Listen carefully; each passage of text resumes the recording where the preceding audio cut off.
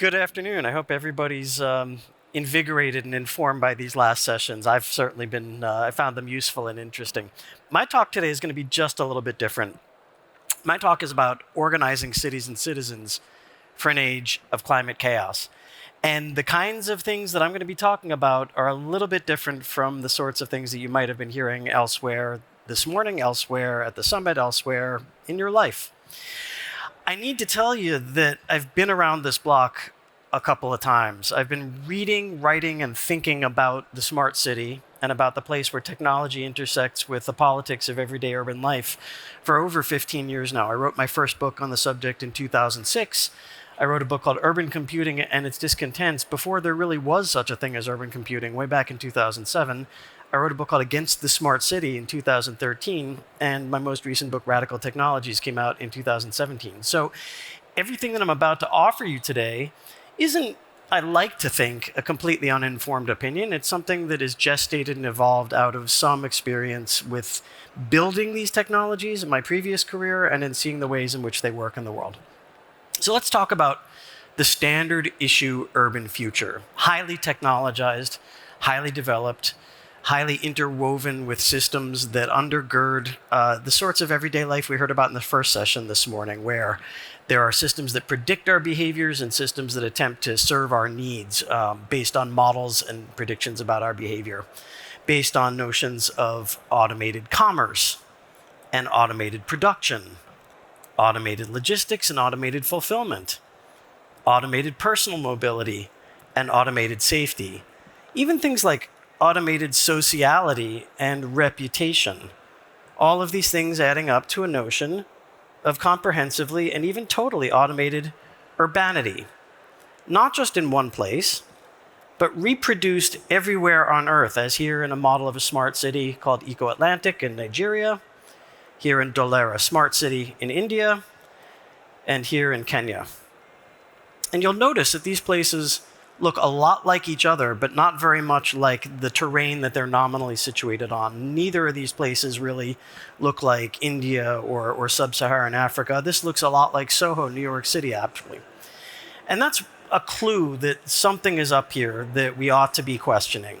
There are a few problems with this vision, the standard model of the urban future. The first thing is that it's completely detached from reality, completely decoupled from the way billions of people on Earth live, like these people in Lagos, these people in Dakar, these people in Nairobi, or these people in Soweto. And there is an aspect to these visions that is incredibly retrograde because it doesn't accommodate these sorts of realities. If the absolute statistical majority of people on Earth have a daily experience that looks like that, why are we showing these glossy visualizations of seamless, elegant drones flying elegantly through the air, and maglev and Hyperloop and all the rest of this vision when it has so little to do with the way in which people actually live? That's the first problem with it. The second problem is a little bit more material, and it goes to the business case for all of these things.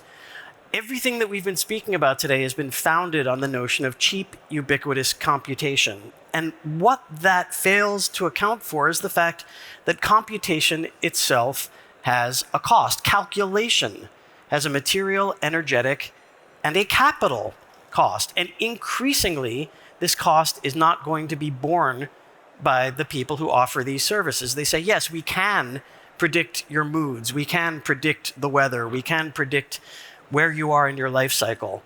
But all of that computation is expensive and it undercuts our business model. We can't actually do the sheer raw calculation it takes to deliver these services in a profitable way. So we're going to pull back from that cost.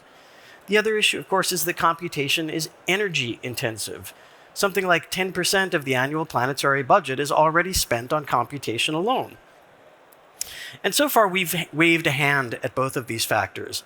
My argument to you is that we can do so no longer, is that these are just not tenable ways of working with things. And people will say, oh, you're not imagining, your imagination is not big enough. You're not anticipating the rise of new technologies.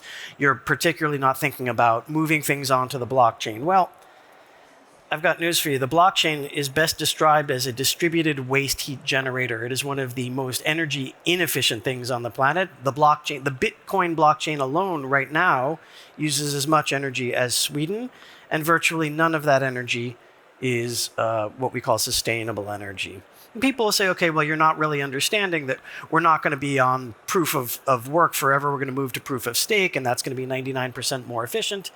You know, we hear this, we've been hearing that the Ethereum blockchain is going to move to proof of stake for 5 years now. I'll personally believe it when I see it.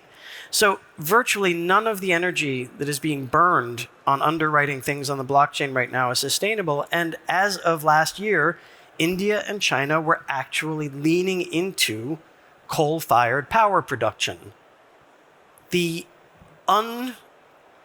unavoidable perception that we get when we take these matters seriously, the cost and the energetics and the thermodynamics of computation, is that none of what we've been talking about is even remotely sustainable. None of it at all. As a matter of fact, it begins to interface with the very real possibility of massive disruption. Now, disruption, business people love the word disruption. They think, okay, disruptive innovation. We're going to come up with a new paradigm, a new model. It's going to transform the way in which we do things. It's going to make all of our equations inadequate. We're going to usher forth into a brave new world of opportunity and adventure. That's not real disruption. Real disruption is not a tame and containable beast.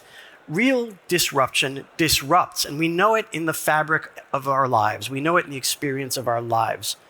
When the world surprises us, when something comes up that disrupts things, we cannot continue with business as usual. We cannot continue with our daily routines. We cannot continue in the institutional, the social arrangements that we've developed to underwrite the sorts of life that we've been living. Real disruption disrupts, and it causes problems that cascade through the global system so that one impact in one place leads to an entire world of outcomes and effects. Real disruption disrupts, and real disruption cascades. For example, who might have thought that climate change could have increased the possibility of a global respiratory virus pandemic that in turn had consequence for the global economy? And the trouble that we face when we contemplate these notions of the smart city is that it's just not prepared to deal with these realities. The smart city is brittle, it is easily disrupted, and the forecast is for further disruption. In fact, the 21st century is nothing but a long train of disruption, from global heating, from dying oceans, from depleted soil fertility, from mass population movement, from resource wars, from supply chain collapse, and from state failure. We're already in the funnel of all of this. This is already our world. There will be no escaping this, no matter how wealthy we are. We cannot simply take a rocket to Mars and resettle there. There will be no transcendence. We will not upload our consciousness to the global Evernet and live immortally in the metaverse.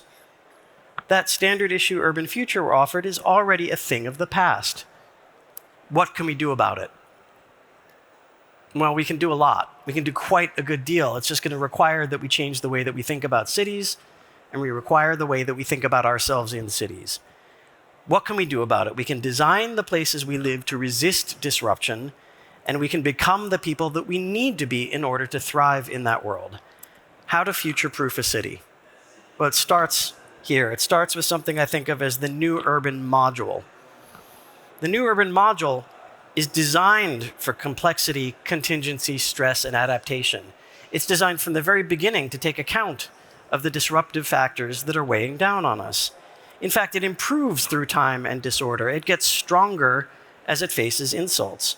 The new urban module is neighborhood scale.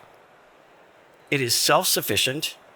It's not reliant on fragile technology. It doesn't look like the visions of the urban future were offered. It looks a little bit more like this.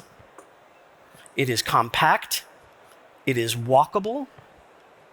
It is cognizable, in that it is easy for the ordinary person to understand the limits of the city and how the systems of the city interact with one another to produce the conditions of everyday life.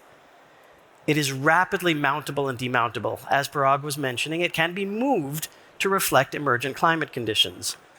And what is more, I believe that this urban module will be governed differently than the way our cities are governed today. It will be discussed locally. It will be decided locally. It will be planned locally. It will be built locally of available materials at human scale in response to human need. It will manifest above all an ethos of repair and adaptive reuse, taking the things that have already been built and making new and improved use of them at every scale, including the scale of the high-rise, as seen here with Torre David in Caracas in Venezuela. A high-rise building, a bank building that was left uncompleted at the time of the financial downturn and was colonized to its entire height by a community of squatters, made use of in the most ingenious way, made into a home for thousands of people, and therefore leveraging the sunk carbon cost of large structures. In order to live in a world like this, we'll have to develop local competence, including the competence to manage advanced technologies ourselves. We will bring short supply chains into the picture. We will produce more of what we need closer to where we live. We will not avoid technology. We will simply adopt technologies that are lighter weight, that are what the philosopher Ivan Illich called convivial technologies, technologies that each one of us understands and is able to explain and is able to share and is able to build community around. We will distribute the knowledge that we need to in order to produce the things that we require to live, and we will distribute the power to shape the world down to the closest local, intimate level of the neighborhood scale. The new urban module must be autonomous, federated, participatory, and above all, adapted to the new real. It doesn't look anything like the visions of the city were offered, but I have a sneaking suspicion that the 8 billion of us are going to wind up spending more of our lives in contexts that look like this than contexts that look like the rest of the visions were offered. Now, in order to get from where we are now to where I think we need to be, we need to develop certain factors about ourselves. We need to understand the development of an ethos of maintenance, that we take care of things, that we repair things, that we reuse things, that instead of always running after the newest, the shiniest, the most advanced, that we have sunk a very significant amount of investment, carbon, and capital into the things that already exist.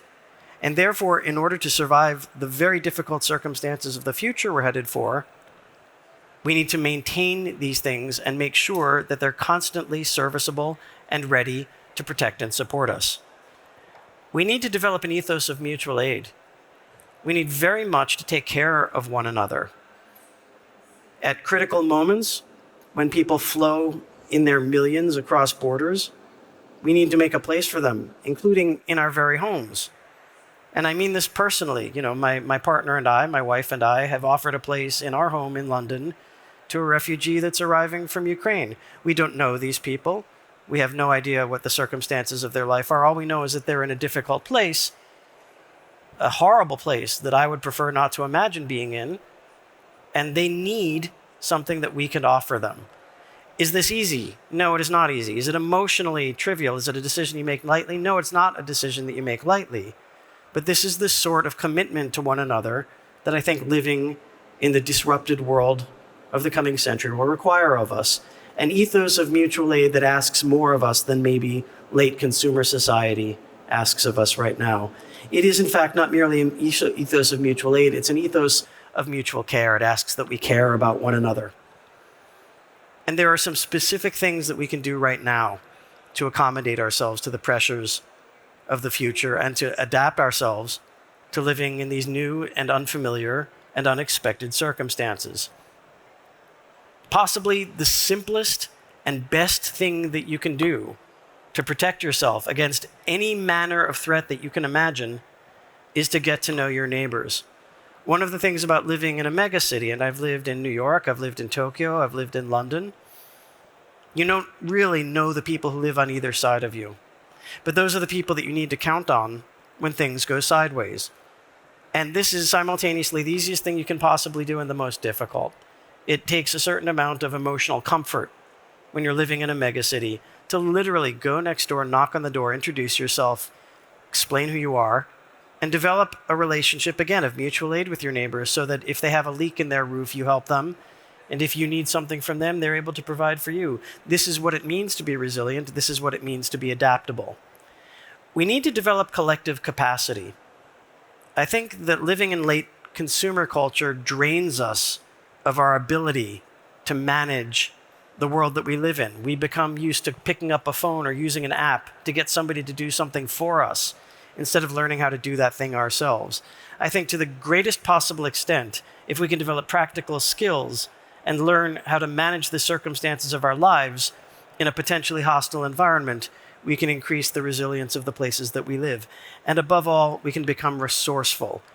It is, again, a mindset. It is not a checklist. It's not a strategy.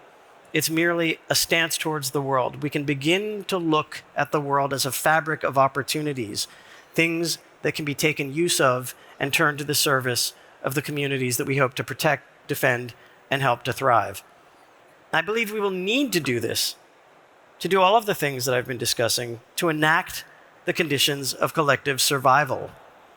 It isn't simply that what I am presenting to you is a different life, and I cannot honestly say to you that it is a better life. In many ways, it is clearly a more difficult life. But it is a life that will call upon the deepest parts of each one of us, the deepest and fundamental capacities that we have to know one another, to know one ourselves, to develop ourselves, and to work together as communities to protect, nurture, and help us to endure the storms, to restore ourselves to ourselves, to develop a home for human and a place to dwell upon the earth in a world that is very rapidly absconding from our control. People like to say that another future is possible. I think this is certainly true, but it's not the whole story. Another future is, in fact, inevitable. So let's make it one that we can live in, and ideally one that we can thrive in. Thank you very much for your time and attention, and I look forward to discussing these prospects with you afterwards. Good. Thank you.